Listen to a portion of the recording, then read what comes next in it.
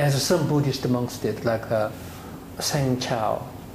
You know, Sang Chao, who was killed by evil ones. He was a great Dharma master. He wrote a poem, you know. There's a knife, you know, sword, you know, in front of his face, but because he was completely enlightened, he was not afraid of death. He thought it is the karma. You know.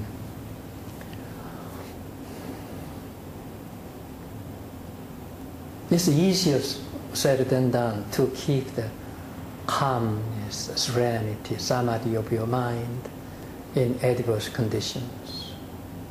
Especially when you are mistreated by somebody, some injustice is done to you, and so on. You become outrageous. You know, when you become outrageous, that's not going to help you. Real good way out of the trouble is keep calmness with the light of the wisdom shining all the time. That's the best way. And as I said, once the wisdom shines in your mind, those enemies are like anger, frustration, paranoia, misgivings, all this, you know, anger, sometimes greed, and even including stupidity and foolishness. Those will be like darkness in a dark room, but once the wisdom shines, it goes away. Just like early spring, there's some snows still. But those snows melt away very easily when the sun rises. Many people, when they have snow, ice in their mind, they don't know how to melt it. Why? They don't have the power of heat of the wisdom. Once that you have found the light of the wisdom, which is inside, I mean, your Buddha nature, if it functions, then of course you have the power.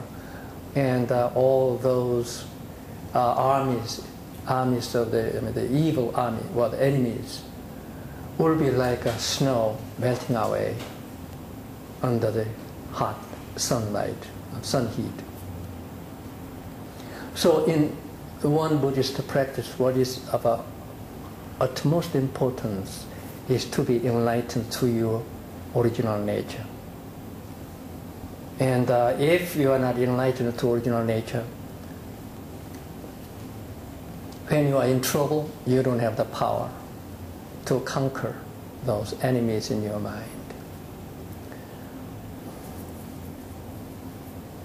And who is a great person?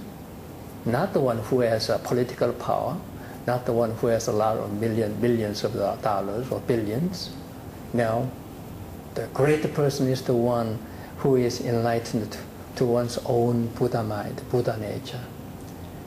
And the wondrous mind of a perfect enlightenment. This is called by many different names. Sometimes it is called Dharmakaya Buddha himself, which is in everybody. So our goal of a practice is, by all good means, we have to be enlightened to our own Buddha nature. Otherwise, we'll suffer adverse conditions and so on.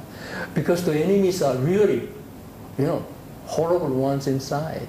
Enemy is not outside, it's inside, you know. Now, what is the wisdom? One piece of wisdom is this, what the Buddha taught and one Buddhist school taught is this.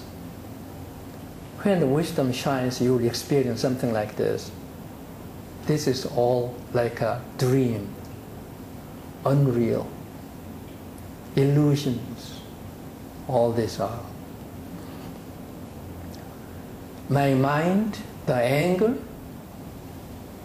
greed, foolishness, paranoia, misgivings, these are all unreal. They are all unreal, but powerful enough to disturb you. So you have to realize this is all unreal. Somehow it arises because I am not enlightened to the ultimate truth. And what is the ultimate truth the Buddha taught? Is this. What appears to be real, including those bad guys, the collection agency, and all these are actually devoid of their own inherent existence. In essence, they are all empty of reality. They just come to the world like guys in a nightmare. When you have a nightmare, it looks really real, right? Oh yes, and you scream sometimes. And your scream in the dream wakes you up and you realize that it is a nightmare. To the enlightened, whatever is going on this earth is a dream. Unreal. Nothing has its own reality. So this is called emptiness. Emptiness. We just read in the Hatha Sutra. Form is identical with emptiness. And emptiness is identical with form. Like that. So when you have the enlightened Buddha mind functioning, you realize all this is simply empty of reality. Once that light flashes, that cuts off your misgivings, paranoia, frustration, misgivings, even nervous breakdown can be cured. And there are millions of Americans who are suffering from depressions. You know why they suffer that way? What's the cause of that? Eventually, ultimately, those depressions come from frustrations and when your mind is disturbed by external conditions. So the cause of the disturbances on the one hand is external. Somebody threatens you and so on. On the other hand, there's a positive, subjective one. It is arising from your own mind. The wisdom, I'm talking about the Buddhist wisdom, prajna. Mainly, Buddha's wisdom is this. He is aware of the unreality, emptiness of all things in the world. That's why in the Diamond Sutra, the Buddha asks Subhuti, do you see the Buddha